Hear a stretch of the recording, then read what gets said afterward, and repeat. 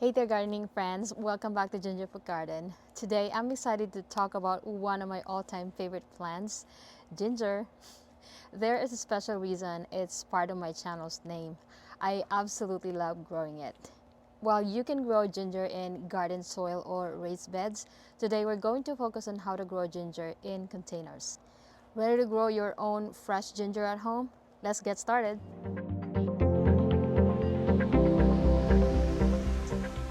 Growing ginger in container is perfect for small backyards, balconies, decks, or even a sunny windowsill. It's a low maintenance plant and I think it's beautiful enough to be part of your landscape. Edible landscaping is such a great idea, don't you think? Ginger is a fantastic plant to grow. Not only is it delicious and versatile in the kitchen, it also has numerous health benefits. It is widely used in both Eastern and Western cooking and traditional medicines. It is key in Asian cuisines and widely recognized for its healing properties. It helps soothe the digestive system and alleviate nausea, indigestion, and bloating. It contains gingerol, a powerful compound that helps reduce inflammation and oxidative stress in the body. All great reasons to grow ginger, isn't it? A very important factor to consider when growing ginger is its climate.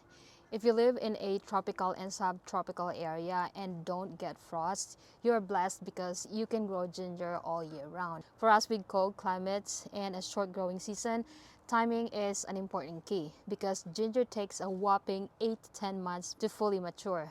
Since we only have about 4 months here in Maryland, I start my ginger as early as December up to January, sometimes even earlier than that, indoors for the plant to get a good head start. Hey, if you're enjoying this video, please give this a thumbs up and leave a comment below if you've grown ginger before or if you want to give it a try. I'd love to hear what you think. First, you'll need to get some ginger rhizomes just like this. You can find these at your local garden center or even use some organic ginger from your local grocery store. Just make sure they are firm, unbruised, and have some ice or growth buds. You could plant the whole rhizome, but why use it all when you can just save some for cooking and use a few pieces just like this one. Here's what I do. I cut the ginger into pieces just like this, making sure each piece has 1 or 2 eyes. Then I let the cut edges dry and callus for a couple of days to prevent rotting. Once they're dried out, they're ready to plant. Next, choose a wide container. Ginger rhizomes grow horizontally, so they need plenty of space to spread out. I've grown ginger in 10-gallon totes, dishpan, and 5-gallon pots with wide openings. Make sure the pots or container has drainage holes to prevent water from collecting and causing root rot. Fill your container with a rich, well-draining potting mix. I often add perlite and or vermiculite to the mix to improve soil aeration. Adding some compost and well-balanced low-release fertilizer will give your ginger the nutrient it needs to thrive. Now it's time to plant and place your ginger rhizome in the soil with the buds facing up. Cover them with about 1 to 2 inches of soil. Water them lightly to settle the soil, and I recommend mulching with wood shaving or wood chips or straw to keep the soil moist.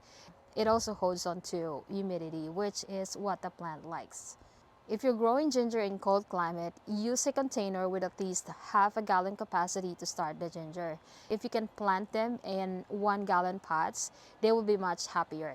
Plant rhizome in each pot about 1 to 2 inches deep. I recommend mulching and covering the pot with a humidity dome. I've repurposed cake domes and salad bowl lids before, but you can be creative as you'd like to be. I place them under a grow light even before they sprout because it keeps the soil warm and it helps with sprouting. Once the threat of frost is over and the plants have been hard enough, they can be planted in bigger containers to allow the rhizome to spread even more. One of the perks of growing ginger in container is that you can easily move them around to find a perfect spot for your plant. Plus, you can extend the growing season by moving it into a greenhouse or even bringing it indoors for overwintering. I created a few more videos about growing ginger that you might be interested to watch. Be sure to check the description below. Ginger loves warmth and humidity. Place your container in a spot that gets indirect sunlight for about 4 to 6 hours a day. Keep the soil moist but not waterlogged. Ginger doesn't like to sit in water. Ginger is a great plant to grow in spaces where most plants that require full sun won't thrive. So that's a good plant for you to plant in there. Some of my pots are tucked at the end of my patio where it gets the morning sun and shaded at noon. Keep a close eye on your ginger plant and water it regularly, especially during dry spells. Once a month, I give it a boost with a balanced liquid fertilizer to keep it growing strong.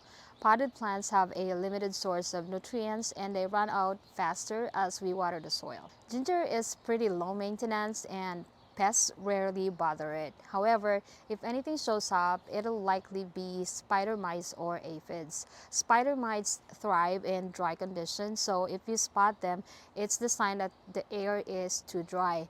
Try misting the plant with water or place the pot on a tray with pebbles and water to increase humidity. As for aphids, you can squish them or blast them off with a strong stream of water. Remember, pests often target weak plants, so the first thing to do is to check the soil. Sometimes adding compost or giving the plant a good feeding is all it needs. No need for harsh sprays. In about 8 to 10 months, your ginger will be ready for harvest. When the leaves starts turning yellow and die back, that's your signal. One great thing about growing ginger in a container is that you can simply tip the plant out without having to dig around. Gently separate the rhizome, give them a good clean, and let them dry for a day or two. You can also harvest small pieces as needed without disturbing the whole plant. Just dig up what you need.